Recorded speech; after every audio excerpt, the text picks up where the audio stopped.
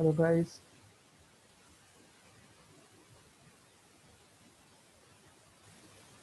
Hey. Hi, Paul. Hi, Hi, Shashi. Quinton mentioned that he will join, but would be a little delayed. He was into something else. So, do we want to start? Are we expecting somebody from Google to join? Maybe not. So I can start with a really quick update about donation of Federation V2. Cool. So the update is that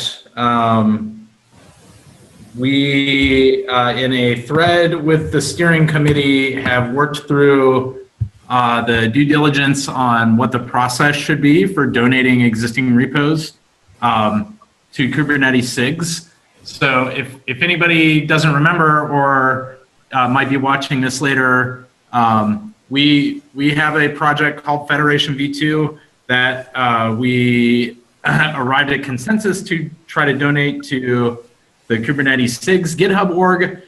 We donated it, and then some folks on the steering committee felt that we were a little premature because that repo was that org was primarily intended for new repositories, not donations. We did go through a thread with CNCF Legal, and I have captured the new requirements or the requirements for donating repos in the poll that I put into the chat. Basically, the TLDR is that everybody has to have signed the CNCF CLA.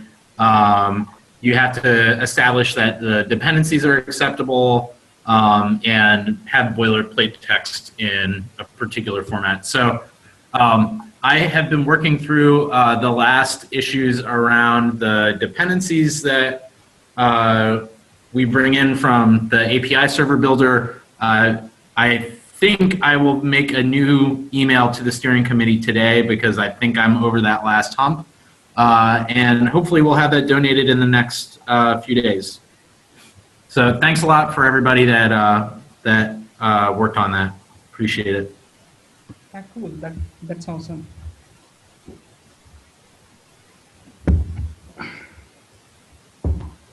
All right, and that's it.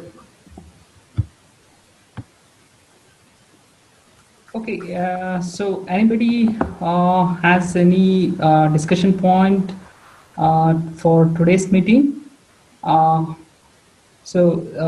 wanted to discuss on that federated service discovery.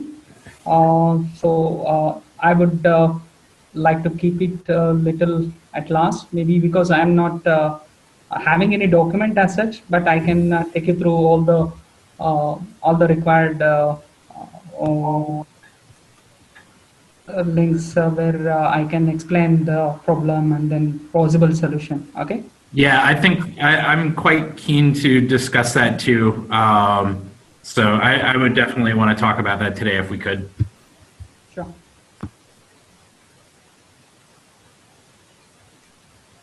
So if nothing else, we can start with that. Sounds good to me. Okay. So let me share my screen.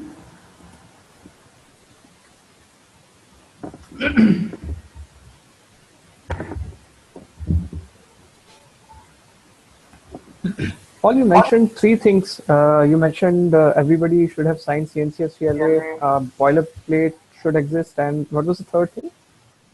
The third one is you have to demonstrate that the dependencies are acceptable, like the licenses of the dependencies are acceptable. So I actually have a lengthy gist where I have typed out an email that I'll send to the steering committee later that articulates all of this. I'm happy to, well, I was going to CC SIG multi-cluster mailing list on the thread so that everybody would be aware. Cool, that should be okay. Okay. Okay. So I think this particular feature existed for quite a long time in our existing Federation code. So I think this is also demoed in multiple places.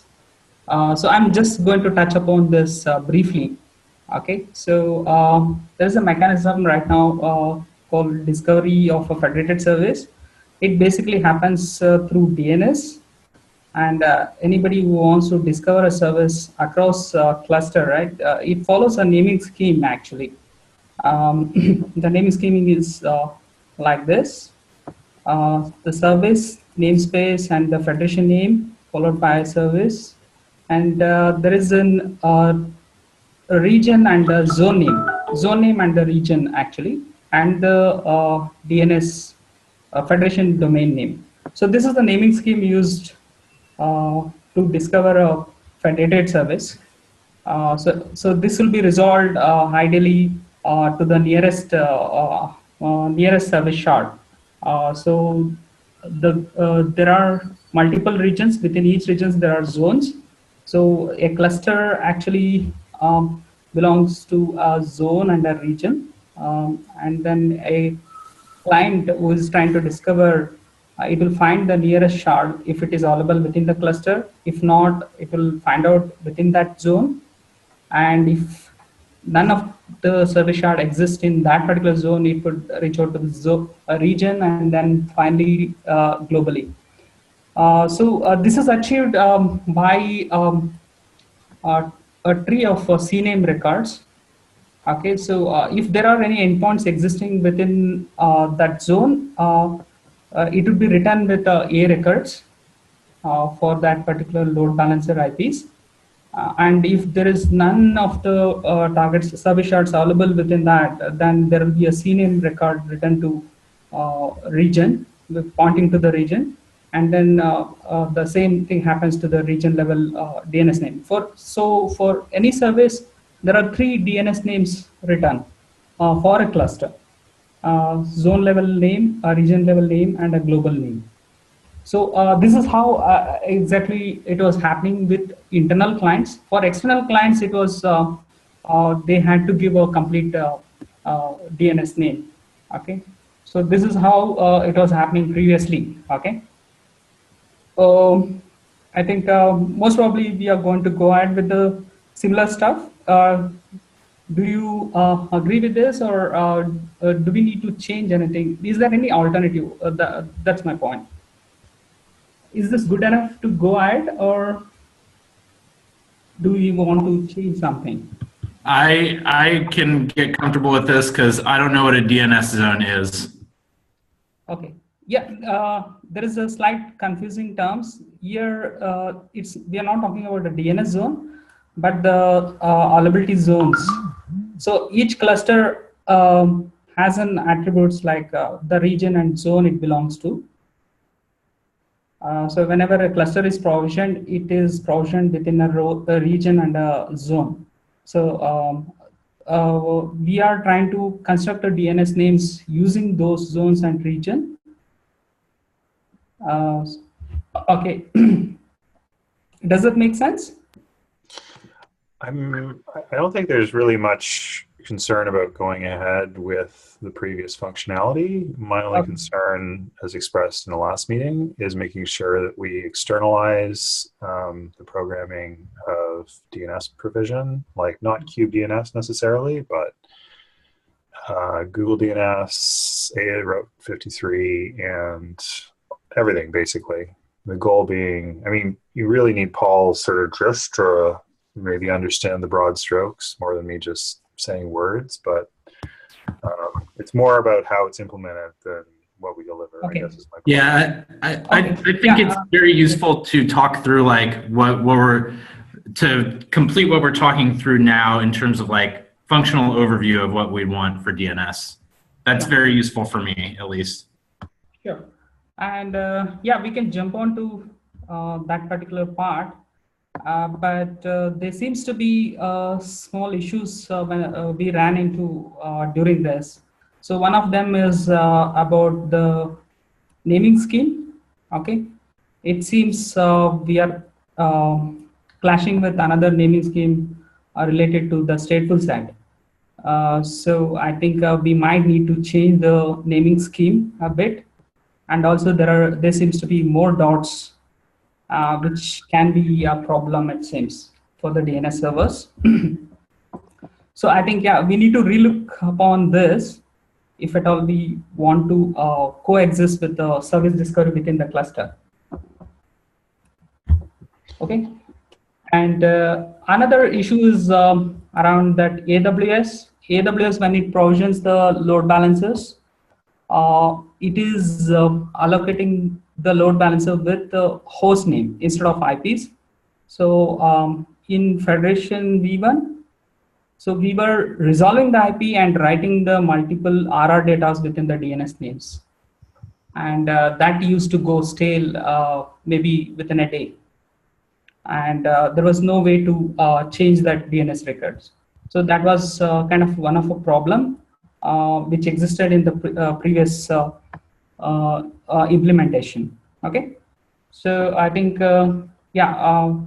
let's look into the possible implementation right now. I think I'm going to share. Yeah, this is what Paul is outlined about the DNS related information which we want to put in Federation API. So just a sketch, just for the record, just a sketch. Yeah, right. And so we are going to have a new API object which will collect the status of load balancer in each clusters and create the object something like this. So okay, we can debate on this few fields, whether we need to put this in status or in spec, or whether we need clusters. I'm not sure whether we need clusters here. Right? Yeah, I think I have kind of the same thought. To my mind, this is a resource that Federation uses to program an external DNS configuration mechanism. Right. So to me, it more properly belongs in the spec. The fact that it's machine generated doesn't really, I think, detract from the fact that some mechanism is going to use this as a spec to program the DNS. So. Okay. Yeah, agree. And also, this service name seems to be maybe additional information, and there can be a cause of confusion because we have a name in here. Maybe this name should be good enough to correlate with the service which we want to. Yeah, I agree. I think that name-based correlation seems like a very powerful mechanism to use to make things super clear and avoid unnecessary dereferencing that we have to do. So just for context, I was writing this up in a gist, kind of playing around with it, and had planned to open an issue in Federation V2. I'll still do that unless we get through this call and everybody is like, Paul, you should have just never written that down. It was a total waste of time. I will change that when I post it in an issue. Yeah, I think it's a good initiative, Paul. I think okay. So this is how it looks like. Okay, we are collecting all the information related to what is needed to program a DNS for this federated service discovery. Okay, so only slight additional things I think are like the cluster is currently associated with the zone and region information, which needs to be outlined for each of this cluster. Is that available though in the federated cluster resource, or would that be managed separately? I think we should add it in federated cluster resource. Is it there now or no? For some reason, I remember seeing something. Yeah, it was there in the status in Federation V1. I think now it is not there in V2, I believe. Oh, okay. I don't remember removing anything, but maybe I did. Anyway, yeah. But yeah, I agree. That has to be there. Yeah. And is the best place to put that presumably in the cluster resource and not in this resource? Yeah. Okay, cool. Okay. Okay, and So further to this, okay, this will be done by some maybe some controller which will be watching a federated clusters and create this resource. And probably there is I think a pretty useful project. I think Justin is here. Shashi, Yeah, oh, is Justin there on the call? yeah, yeah, Okay, thanks. Yeah, yeah. what I wanted to just specify is that before going into more details, so there is some portion of this federated service discovery. There's some portion of that functionality actually written down in kubedns, uh, which was meant only if a particular service is considered as federated, or that service DNS record is considered as federated based on the naming scheme. So our goal ideally should be to be able to reuse that naming scheme, or reuse that particular functionality which is already implemented. And we ideally should not need to update anything in future into that kubedns or anything in KTS, unless it's absolutely necessary. Maybe we could. There are little problems unless we want to Like you solve mentioned, this one something problem. with the naming scheme of the stateful sets, right? Yeah, right. So that might be something which we should maybe have a separate talk, or spend some time figuring out what that exactly is, and find out a proper problem Sure. before completing the spec of the API. Okay. Yeah. Yeah, I'm just having a thought. Why not replace this dot with an hyphen, and we can have as many dots, and we can expand to whatever scheme we have. But I'm not sure. I don't know much about DNS, so maybe yeah. Justin, you have any idea? And that seems something you could hash out in review too. Sorry, Justin. Yeah. Yeah. So I was just gonna say, like, I actually made the mistake before of using a hyphen. The problem is if you have like A-B, like imagine though your A was actually A-B and that's confusing. But you can have if one of the names itself has a hyphen in it, it then becomes ambiguous. Whereas dots are not allowed in the names. So Yeah. Right. Yeah. Yeah. Maybe it's a little harder than what you think. Yeah. I was just going to suggest one approach would be to just, get something basic working in the alpha version, and in parallel we can try and figure out what the actual name should be, because the amount of implementation that depends on the actual naming scheme chosen is fairly minor. So we could just go with some reasonable naming scheme in alpha, and then in parallel and between alpha and beta, we could figure out if there is a better naming scheme. And we thought about this fairly hard before, and I don't actually think there is a good one. Well, put it this way: between Tim Hocken and myself and various other people who know much more about this than me, we struggled very hard and didn't come up with a particularly good outcome. So rather than hold things up on that basis, I would just go ahead with a semi-reasonable scheme, and we can change that between alpha and beta. Sure. Yeah, agree. So coming to the new implementation, right? So there seems to be a new project initiated by Justin called External DNS. So it seems to have supported quite a lot of DNS providers out of the box right now. And the design is good enough where we can plug in what information we have to program the DNS. So this is the thought I am having. I may be wrong. Okay, so it is just a thought. I just need to prototype further. And just to give a little brief about that design, I think it is more or less this. This is how it looks like. And there is a source. This is an interface, which basically provides an DNS endpoints, which needs to be programmed.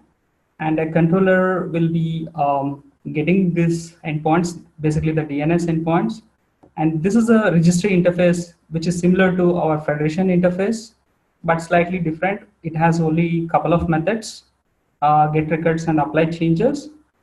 So the get records would be, the calls will be going to the actual provider and then getting the records. And then the controller will calculate the desired records versus the actual records, and create a plan, and it would create a change list, and that is what is submitted to the actual DNS server. So now I think we pretty much could reuse much of this part, except the, I think, controller and then the source.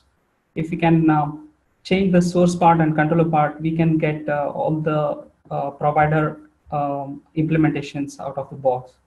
So I think this source can be written by observing the objects which we outline here, and then convert them into DNS records, and then we are pretty much, we can reuse much part of the external DNS. This is the thinking I was having. Quinton, yeah. I would say I think that sounds great. I think that just Zalando are the people that are really driving most of the external DNS work. It was sort of a union of 3 or so DNS projects, and Zalando is certainly doing 99% of the work in the external DNS project. I would hope you could just add another source so that someone could install the external DNS controller, and it would work with their other, their other DNS as well. I did actually have one meta suggestion, which is in the cluster which is consuming a federated service, if we exposed that consumption as a Kubernetes service, today that can be of type external DNS, and it can point to whatever DNS name we decide. But in future, it could also do like a more direct path. So for example, on some AWS CNI providers and on some GCE configurations, you can do pod-to-pod networking across clusters. And you could imagine having, like maybe Istio in future does some cross-cluster stuff. So it might be that if we had a service in the consuming clusters, that we could swap out the underlying mechanism in the transport in future.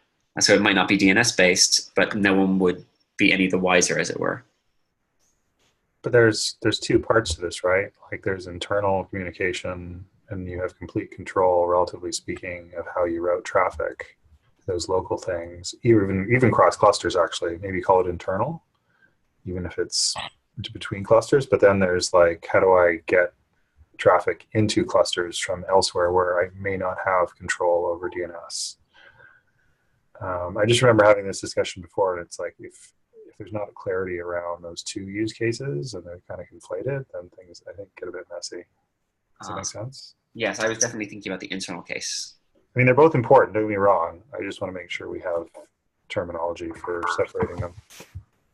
Yeah, Justin, I seem to remember that one of the main problem was that if a pod looks up a service, it needs to get different IP addresses depending on what the current status of the external services are. So if there is a service in that cluster, it needs to get the local service IP, and if there is a service nearby that fulfills that name, basically, then it needs to get a CNAME record to some other stuff. And I think it's that dynamicism that possibly is not supported by external services or whatever they're called. External, yeah. And that's essentially the basic logic inside kubeDNS at the moment. It says, is this a federated service? If so, spit back a CNAME. If not, spit back the local IP or something like that. So, I mean, I would love to get rid of that logic, and I would love to have a cleverer way of doing it, perhaps with external DNS. I'm just not sure that it can do that dynamic stuff.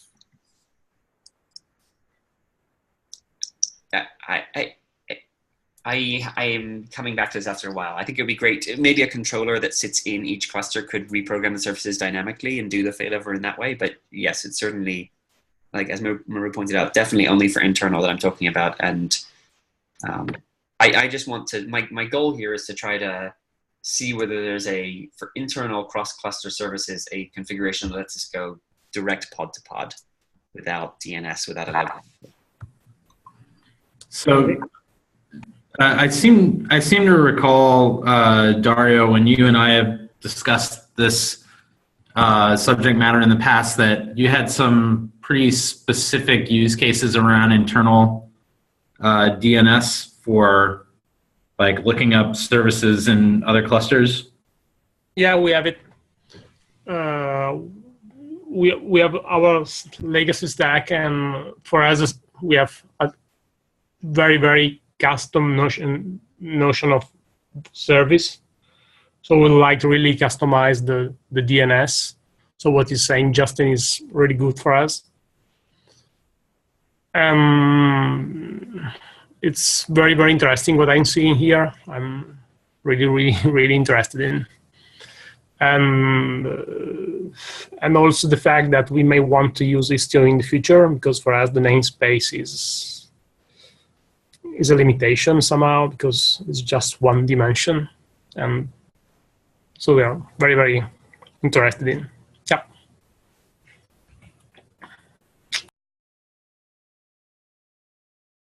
So Shachi, to clarify, in the diagram that we're looking at right now, Yeah. the source that you had in mind to add was something kind of analogous to the new resource that I kind of sketched out in the gist, right?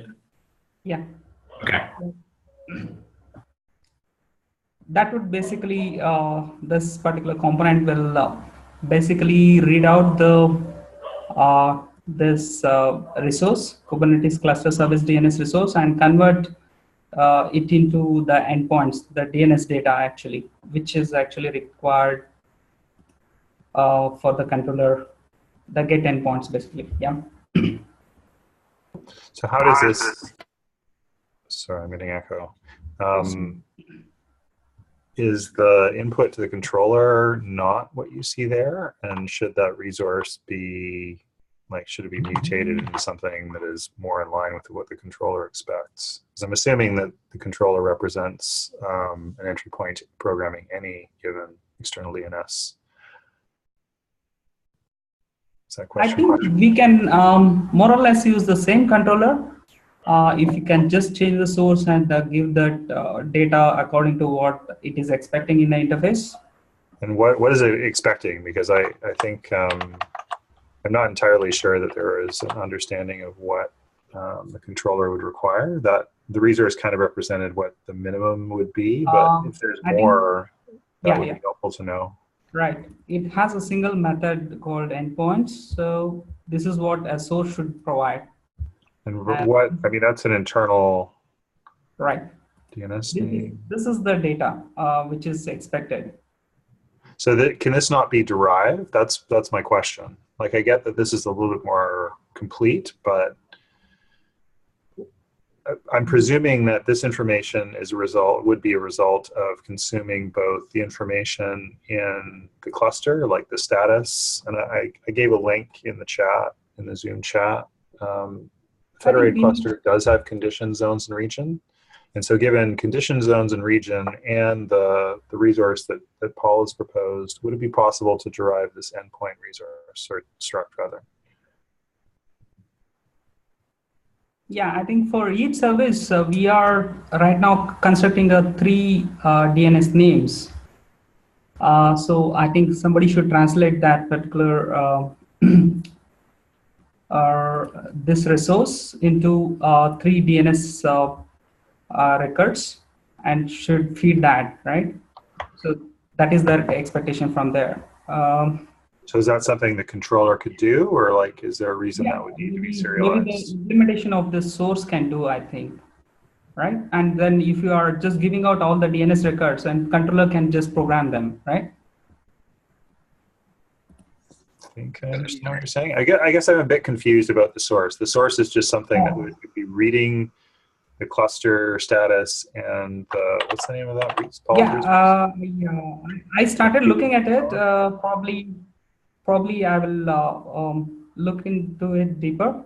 Okay. Maybe give out some prototype. Maybe we can discuss about that particular code. Yeah. Yeah, and maybe I would request that like alongside a prototype that there's maybe a Google Doc where like this diagram and Sure. Paul's gist are kind of unified, and we can hopefully iterate on the code and the design kind of in parallel. Right. Yeah. I agree with that. Yeah, I'll try to come up with that. Okay, sounds good. Just to give you a bit of background on the source, which I hope will be helpful. It should be a fairly simple implementation that, as you say, just looks at the API objects and produce the DNS records. The sort of canonical use case in external DNS today is you might have a source that looks at ingress objects and like looks at the host names and pulls out records for those.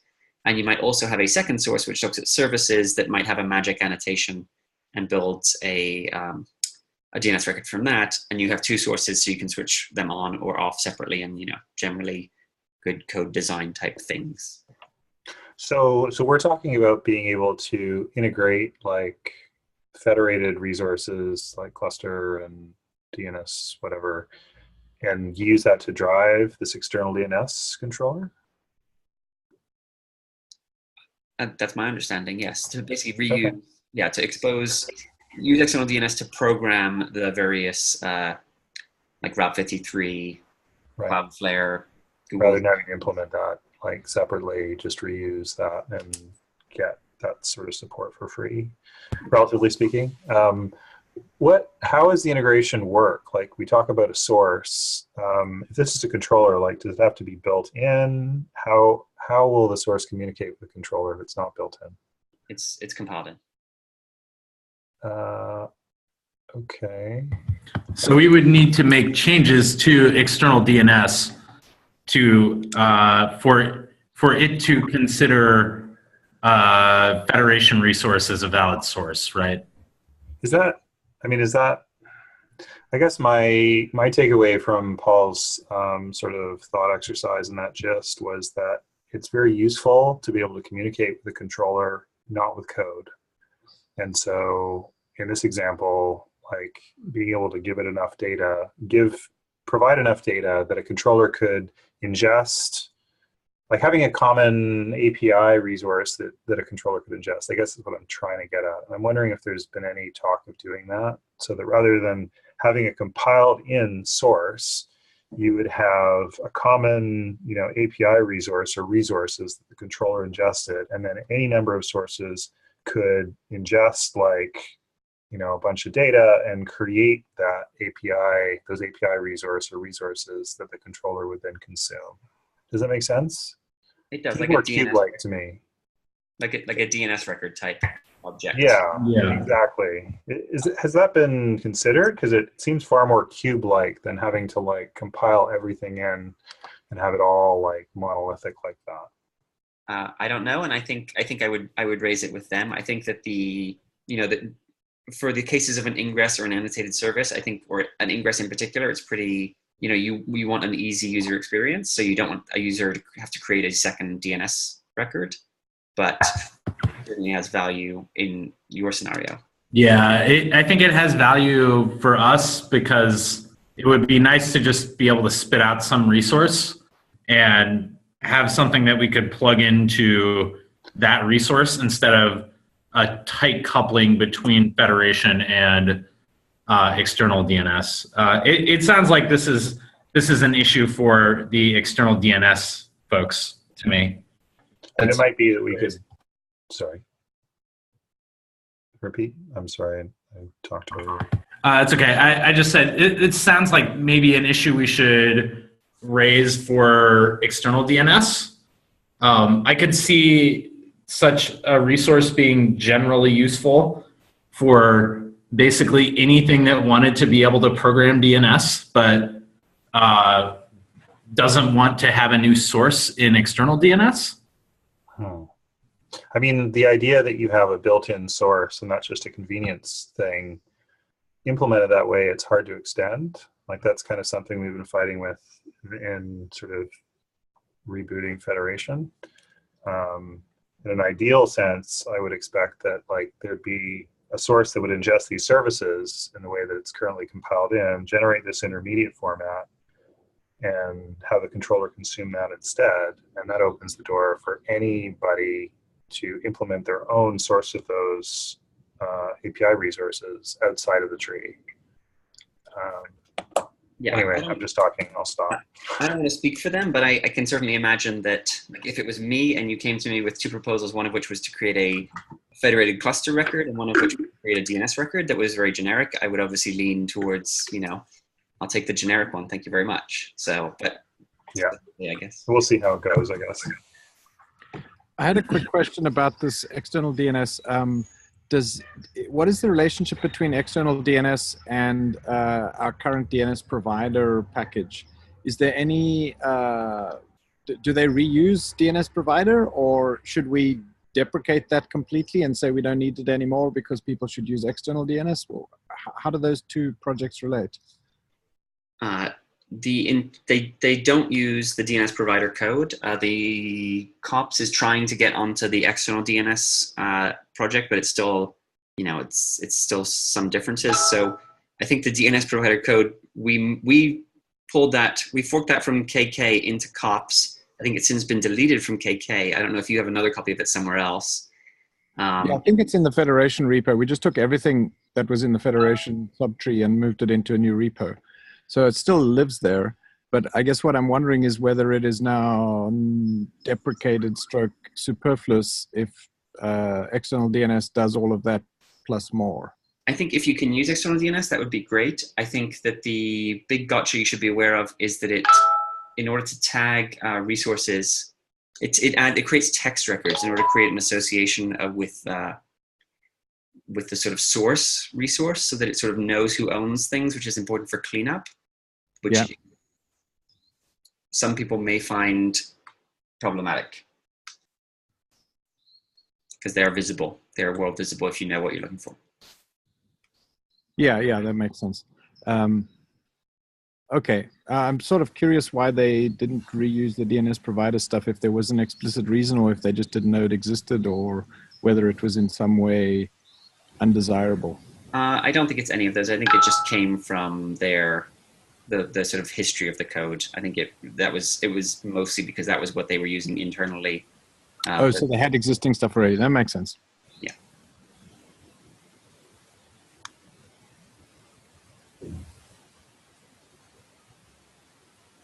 Okay.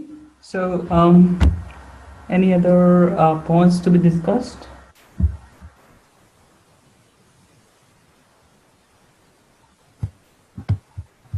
Seems like we're talked through on that one, on DNS for now. Okay. And Jazz, that we might be able to defer responsibility for programming external DNS. I think that's a huge win.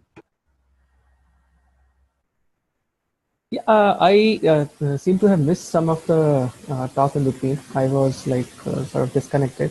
So I had 2 points. One, I think there was some suggestion about having a possible API resource in place of the source the way it is implemented inbuilt, which can be programmed by external guys. To me, it seems like that the implementation of source is quite simple. I guess, Shashi, you can maybe go ahead with implementing a source and the implementation of that source interface for Federation in your prototype. And meanwhile, in parallel, the external DNS folks might actually be working, or they might accept the proposal of the API. Does it sound good?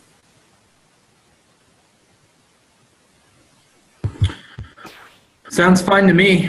I think we might want to whittle just a little bit on like what the right best API is, but I'm confident we can do that on GitHub. I think sounds like everybody's pretty close anyway, so. Yes. The other thing, I didn't get, Justin, you mentioned Quinton asked the question about the correlation between the DNS provider and this external DNS. So I think I missed some portion of that. So just reconfirming. So the DNS provider was forked out in this project and then built upon, or it was not at all used? That is what you mentioned. No, it sounds like sorry, Justin's gone. I'll answer on his behalf. Okay. It sounds like they had existing code that was essentially a duplicate of DNS provider, and they used that. Not because they considered DNS provider and excluded it for any reason. They just already had implementations of all this stuff, so they just used that. Okay. Thank you.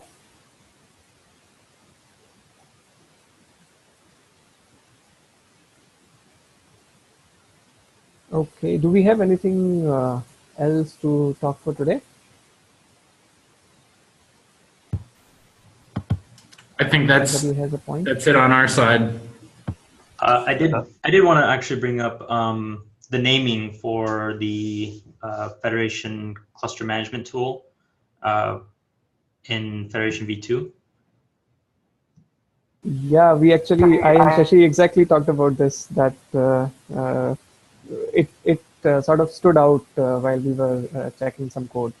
So cube fnode might not be relevant given the change in the name already. So I'm not sure what it should be named. Yeah, we had talked about it, and we were kind of agreeing that kubefnord is okay for now, but we wanted to bring it up in this meeting and figure out what the naming of it should be going forward. We kind of agreed that kubefed may have some confusion with the existing tool in version 1 of Federation. Another proposal that came up was kfed as an alternative. But why do you think kubefed might have confusion? We say this is the V2. We anyways talk about that this is the Federation V2. We haven't How do you changed that, differentiate, though? I mean, there's kubefed as already published and released with Kubernetes up until 1.8. There's kubefed that you build out of the Federation V1 tree, and then there'll be kubefed that you build out of Federation V2 tree. I mean, I'm not saying that eventually we don't want to converge on kubefed being the name. When we formally deprecate V1, then there isn't really room for confusion. But I guess the thinking was that in the near term, calling it something different allows someone to go, oh, you mean V2, okay. Or call it kubefed 2. I mean, I just think that having the name be distinct might be useful to make sure that nobody gets confused, but that's just my opinion. Yeah, I think that if we want to name it kubefed for immediately, then I think we should probably tack on a 2 just to make them distinct the way we are with the Federation V2 stuff, at least until kind of the message propagates out and we feel that there'd be no more confusion. Of course, once you name it kubefed 2, then you backtrack to name it kubefed. That could also introduce some confusion. Oh. One of the thoughts I had, I thought about this a little bit in the past as well. Wouldn't it be better to just keep the kubefed tool and have it support V1 or V2 with a flag that says, set up a V2 cluster or rather a V2 federation or a V1 federation, just by command line flag. So that technically is complicated. That means we have to maintain all that code in Federation V2, and I don't think we want to do that. Well, so I don't think it has to actually be in Federation V2. I think it actually could be a standalone tool that can build V1 or V2 federations. I guess I'm not sure the complexity is worth it because it is imposing a cost.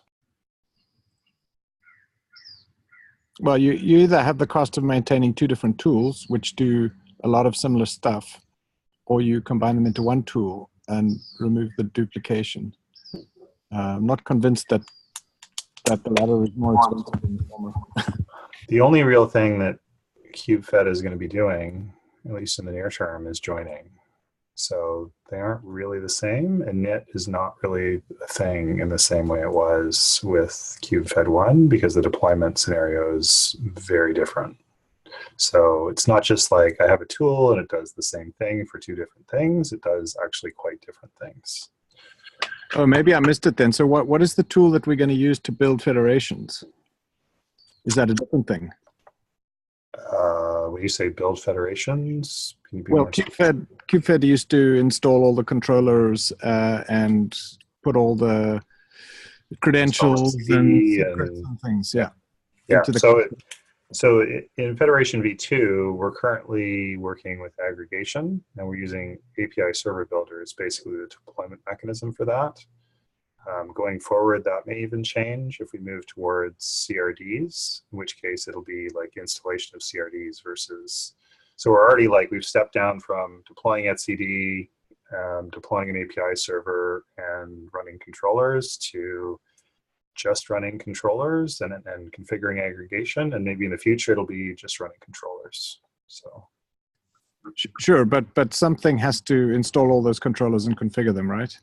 And what's that? As I said, today that is API Server Builder, which it basically has commands for doing what we're talking about. Oh, okay. So it does all that already. Okay, sorry, I wasn't aware of that. Okay. So the only thing we need to do is the join. I'm not saying there doesn't need to be automation around, like there's going to be documentation because you have to deploy Kubernetes, then you have to deploy cluster registry, then you have to deploy Federation API and the controllers.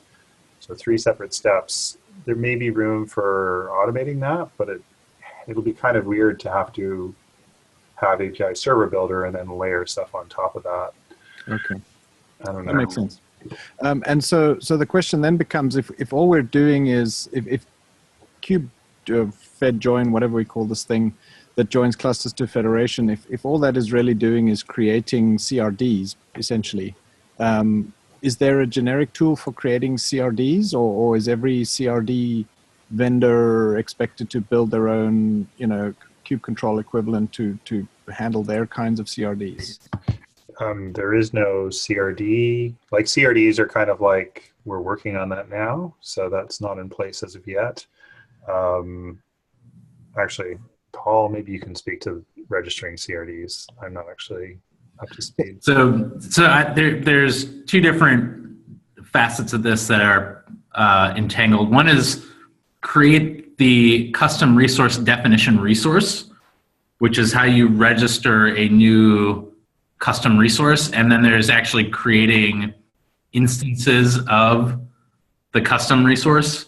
Yeah, I was referring to the latter very clearly. The former seems like it's part of API Builder and it does all of that stuff, if I understood what Paul said correctly. So So there's no like generic facility that gives you something that approximates, for example, like kube control creates secret for CRDs. Is that kind of what you're thinking about, Quentin? Yeah, I mean, if lots of people are building CRDs and lots of consumers are going to want to create CRDs and update them and delete them and do all those things, I would have assumed there would be some tool that would allow you to do that easily. So you can use, for example, you can use like kube control edit with a CRD, and you can use the basics of kube control. There is no like custom like generator command that will like generate a new like kube control create my CRD. But they are similarly, they have very similar features to like what you can do generically with resources in kube control. Okay.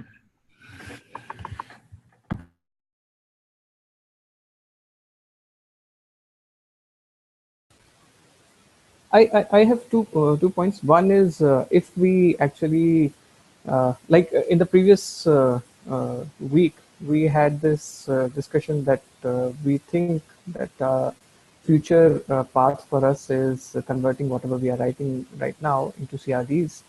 But there is a possibility that CRDs don't mature as well, or we might face issues like we have issues with versioning of the APIs in CRDs as of now, and that continue. So we retain the current implementation, which is using the API server builder and aggregated API. So in this case, what we talked that deployment of the controller and the API server is handled by the API server builder command. Do we expect to package that if and when we sort of create our first package as part of our release, or it makes sense to have a tool just like kubefnod or kubefed that we have had earlier to do that job? Well, API Server Builder produces a YAML configuration to deploy everything. So Correct. it's possible that that could just be committed to tree, and that would be the way people would deploy it, possibly even as part of a Helm chart. But that would at least enable people that aren't developing on Federation V2 to at least be consumers of it without having to use API Server Builder and build everything. So that's one possibility. The V1 actually has gone through this path. So it started as just YAML files, which people can deploy for controlling for API server. That evolved into a tool because that was a little hard. And Helm implementation has one drawback. That is, I think, to do with the RBAC support or something. I don't really remember it right now. So the reason Helm was a problem, and this is the same reason that CR init was created for cluster registry, was that it wasn't possible within Helm to do the dance to get the service IP and then generate the certs. Like there was a timing problem. The certificate problem, sorry. And so that goes away when we talk about aggregation, because now we're just piggybacking on a Kube API server that already has SSL configured, and there's no requirement to do separate SSL. So effectively, Helm should not be, like, it should be possible to do a Helm chart, is what I'm trying to say. So that leaves it like having a tool to join a cluster may make sense. I mean, it's kind of a nicety in terms of creating the service account and all that other stuff, but I don't think we need it for init anymore. Okay. Yeah, so what you're saying, even in the aggregated mode, the aggregation server would already be there, and we won't need a separate init for that. Yeah, that makes sense. Yeah. Okay. So naming of this tool still remains open, or we should conclude? I'm sort of okay in letting it be named as kubefnod right now for some time, because the main concern seems to be like people differentiating between this and the existing V1 kubefed, and probably in future merge into kubefed, like merge in the name of kubefed. Kind of occurred to me, like, yeah, I think it's fine to have a placeholder name indefinitely, like until we figure out what we want to do. I think for me, this whole discussion has raised the need at some point to have a transition plan. And I'm not saying we need to discuss it here, but like, okay, we're going to have something, we're going to have Federation V2, and it's going to, I remember what it was. So we need to set the versions at some point. Like right now, the Federation V2 repo, we're just using like 0.01 or something, like whatever the default lowest value for versioning is. Probably at some point we're going to want to synchronize with Kube, certainly before we do a release. And maybe that can be the cutover. Like once we actually do a release, it becomes like KubeFed version 1.12 or whatever it'll be when we do this release. And then it'll be easy. It's like, well, if I want KubeFed, there's no version, past 1.9 for V1. If you want 1.12, you're going to be using the one out of the V2 repo. Does that make sense?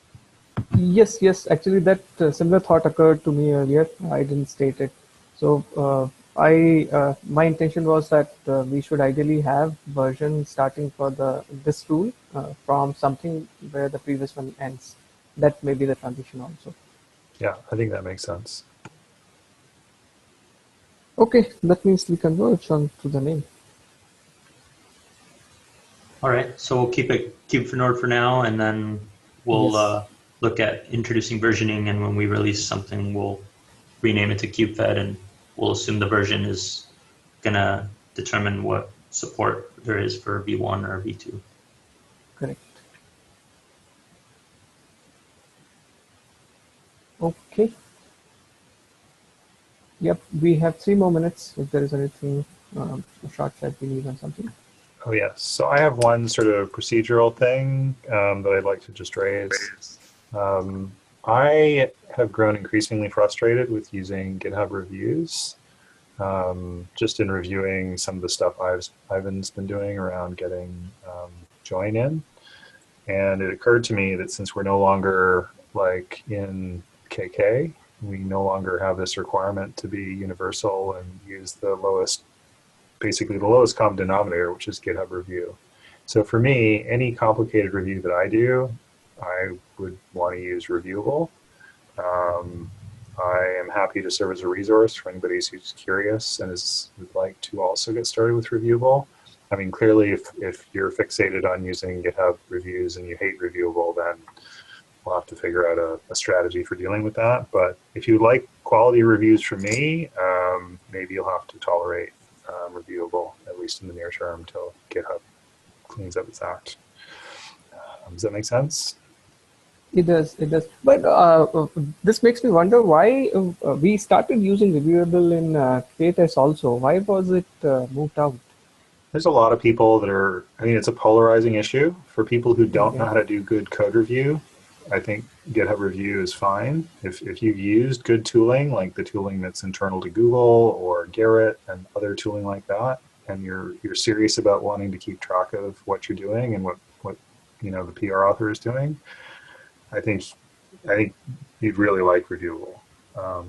But I mean, I remember sitting in a discussion with Tim Hawken and Derek Carr and maybe Brandon Phillips, and at KubeCon, I want to say 2016, at the developer thing, and Derek really didn't like Reviewable. He thought the UI was terrible, and when he wanted to do reviews, especially on his phone, it was just impossible, and GitHub review was not impossible. So it depends on your use case, I think, and it depends how closely you are working with the people who are writing the code and the complexity of the code you're reviewing in terms of the size of the PR. So it's really dependent on the person. I mean, some people need full-blown IDs and other people are happy with BIM. So I can't say this is a one-size-fits-all tool. It's more on the full-blown ID of code review. If that doesn't suit you, then I'm not going to force you to use it, and we can work things out. But it may mean that your PRs need to be smaller so I can actually digest them. But that's me personally. I mean, if anybody wants to use different tooling, if they want to use GitHub reviews, I'm not preventing that. I'm just stating a preference for me to start using Reviewable more, and I will help anybody who's curious or wants to try it. From what I recall, it was up to the reviewer previously. Like the reviewer decided whether to use Reviewable or GitHub Review, and that seems to work reasonably okay. Is there any problem with that going forward? Hope not. I'm happy with that approach. I think that's reasonable. But I just wanted to raise the visibility of this because I've started using Reviewable this week, and I've been super happy at how it's allowed me to be more productive as a reviewer. So as we pick up speed, I'm hoping to use it a lot more. That should be fine. I think, as Quinton mentioned, integrating the Reviewable plugin does not mandate that you have, or the reviewer has to put comments there. Some people won't know about it also. So. Yeah. No, fair enough. I think it's fair. If a given reviewer doesn't want to use it, they don't have to. And those who do, they can. Yep. Cool. Okay. So we are officially out of time. So until next week. See you, everybody. Bye-bye.